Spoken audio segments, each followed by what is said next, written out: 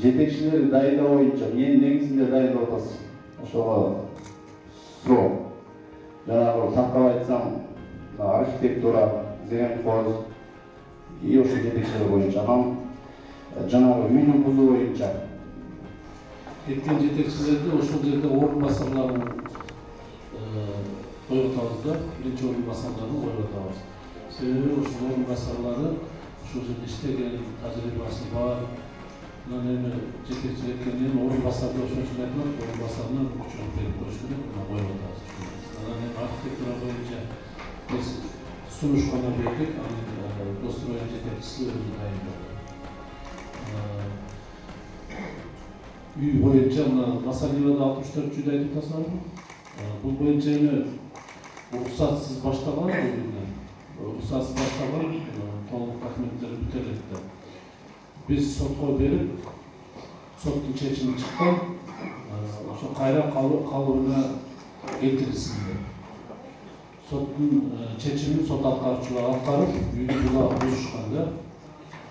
Бирок кайрадан алар бир ай убакыт сурап, bir aydan keyin özümüz akıllı толук buzub alabыз деп tilkat жазып берип, buzbastan kayradan dagы жогорку сотко арыз менен кайрылышкан.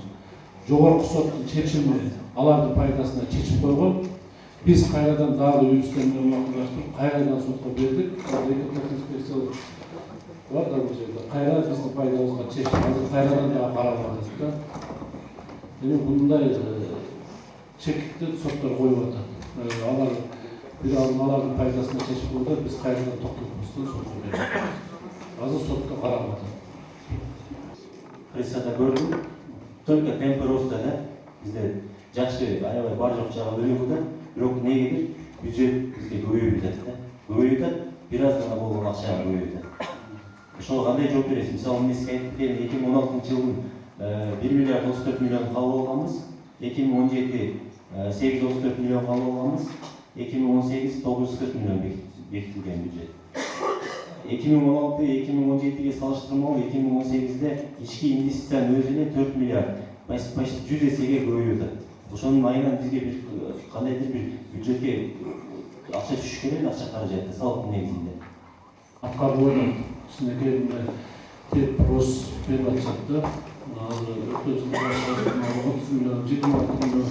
Бұл енді мені böyle қанаттандырмайды да, мен başında келген айтқаным үшін бір 20-30%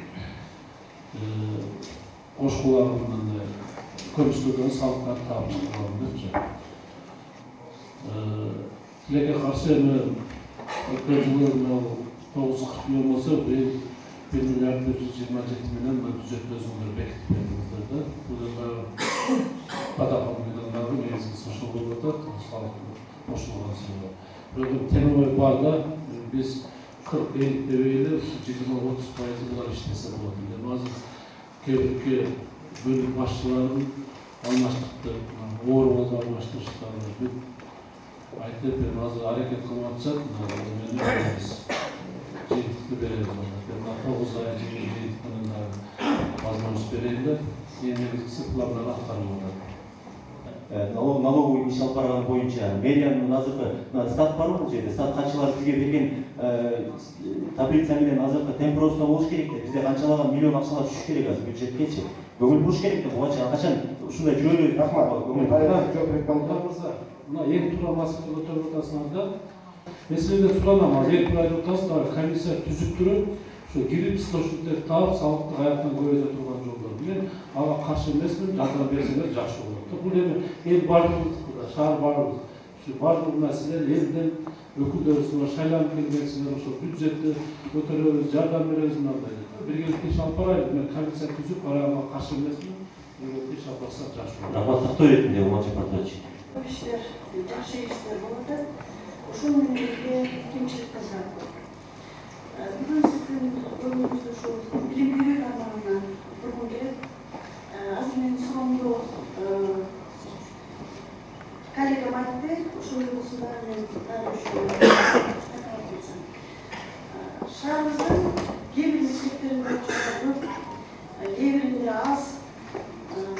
Биздин ата-энелер сапаттуу мектептерге өздөрүнүн балдарын бергиси келет.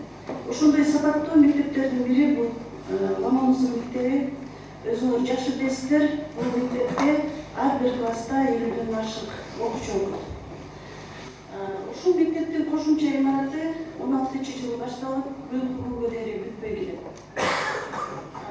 Сиздин ушул отчетуңуз боюнча 15 миллион каражат ушул мектептин бүтүрүшүнө жетпей атыптыр. Бирок быйыл республиканский бюджеттен 49 миллион каражат бөлүнүптүр. Ал стадиондун 19 иштенди, жана таза суу чыгармай кетиптир. Депутат, бул акчаны мен азыр айттым го, 47 миллион ал именно өтүп бөлүштү да. Жогорку кеңеш депутаттары бар экен ошол айылдан, шаардан. Аны таза сууга деп бөлдү.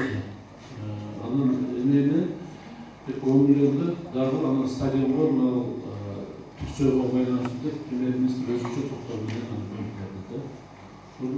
Освещение, ошол ички беговой дорожкалары, келипти ошол салбаган жерлерде ошол нерселерден дагы жасап. Атакына мектепке деп туруп, ушул акча бөлүнүптү. Азыр башка жөндөбөйт, ошолорду аракеттер калк бюджеттен бөлүш керек болот. Таза сууга чейин эмне үчүн токтоп калган? Мурундан именно таза сууга берилген акчаларды башка максаттарда иштетилип, таза суу бөлүү чечилген эле. Туурабы? Өзүңүздүн баардыгы билесиз. Ошон үчүн менин максатым ар бир акча өзүнүн максатына иштетилсин. Бул акчаны ушул жапалак аймагына бөлүндү, азыр бүгүнкүндө ошо резерварды баштадык да. Өзүнүн эмесин иштетели, анан эми мектеп дагы болуп калат. Сөз көгүлдүрүлөт. Азыр быйыл кошумча дагы Нариман мектебинен 500 орунду мамлекет тарабынан коррупциядан түшкөн акча менен дагы кошумча мектеп башталды.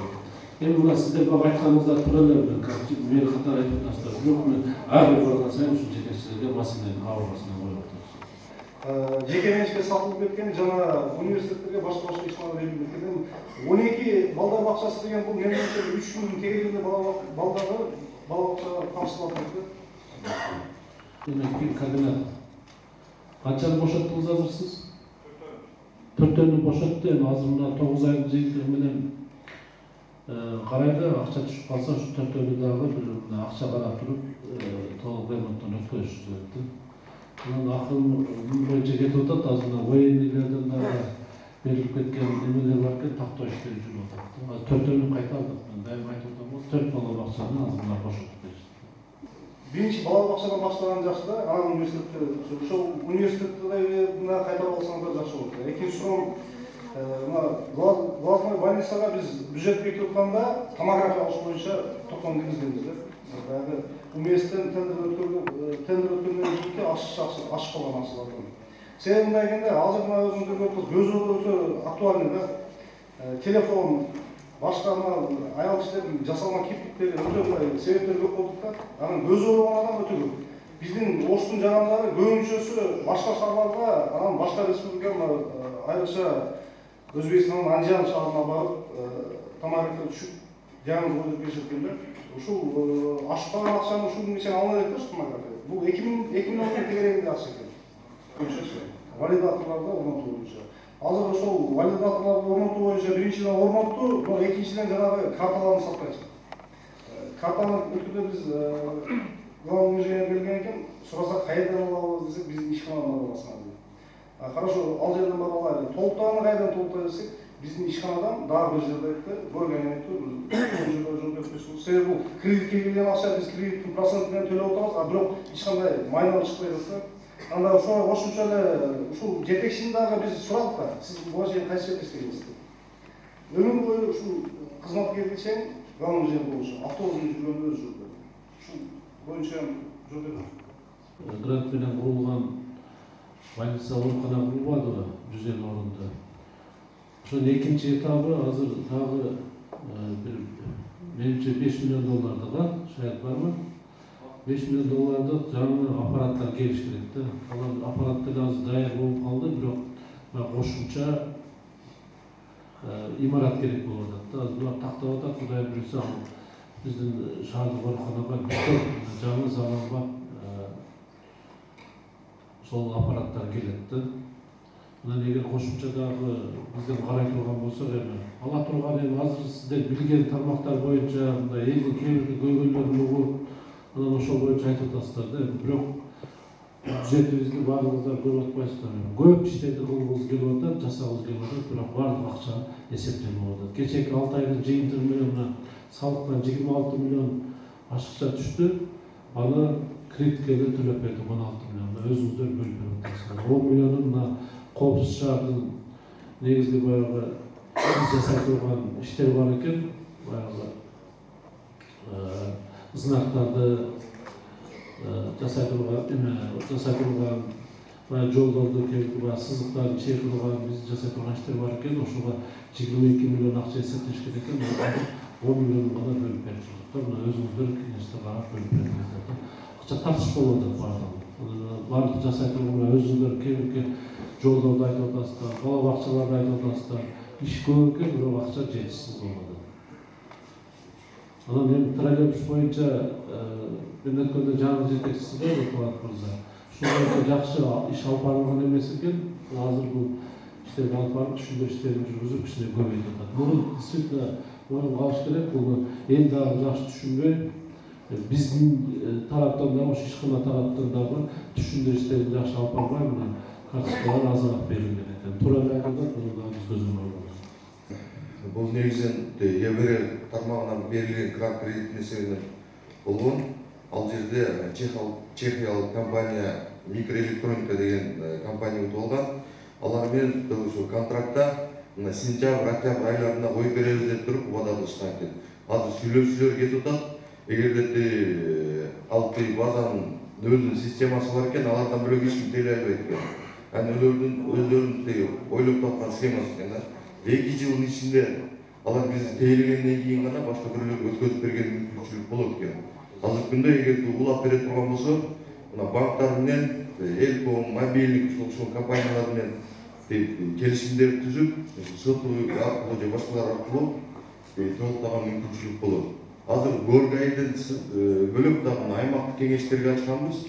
Горгайда бирөө болсо дагы 4 жерде ачканбыз. Компьютерлерди коюп, ал жерде дагы толуктаса болот. Аны биз Ош ТВ ынтымак каналдарда, насыптарда, Facebook баракчаларыбызга чыгарып атабыз, Instagramдарга. Ошол жерге барып толукталсаңар болот, карточканы сатып алсаңар болот деп маалыматты берип атабыз. Көрдүңүздөр да, Ооба, көргөнбүз.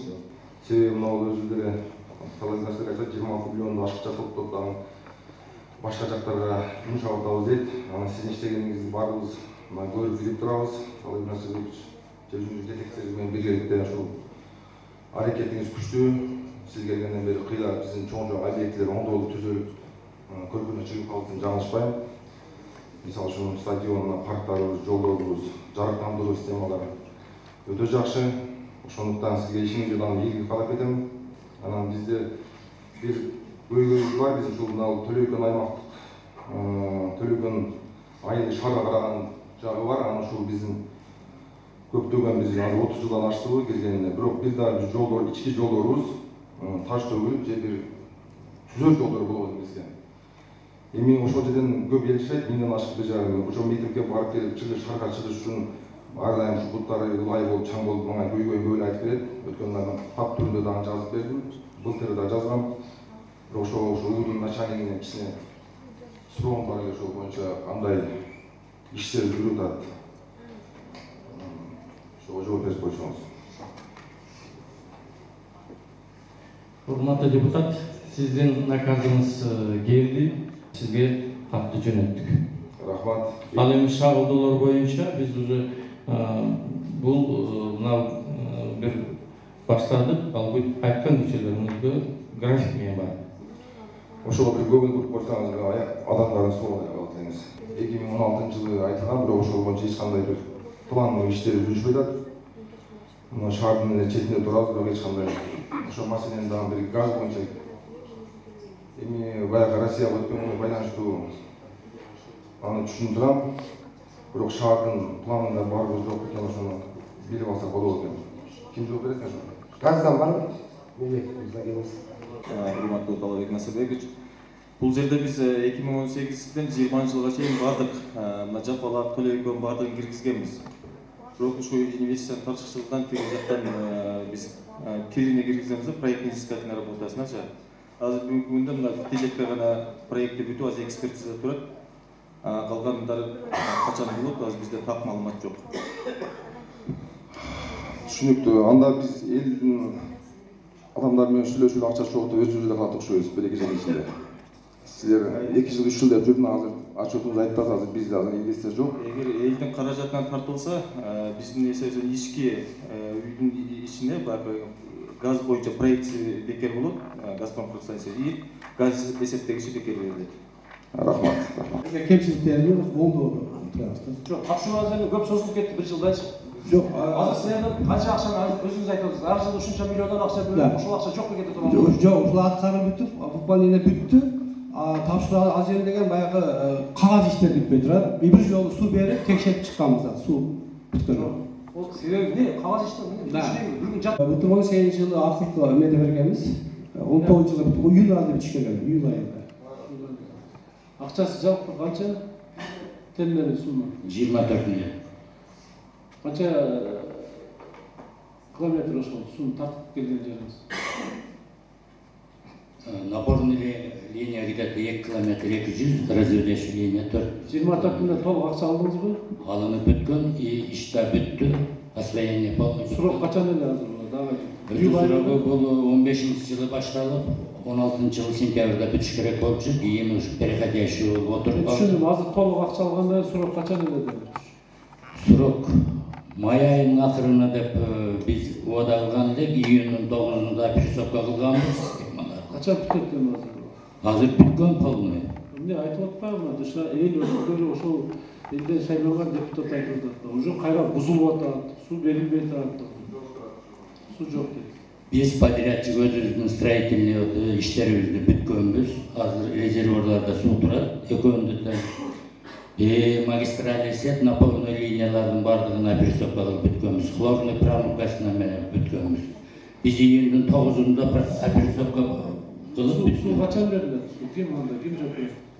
Дөрөт көрмөдүк. Көрмөдүк.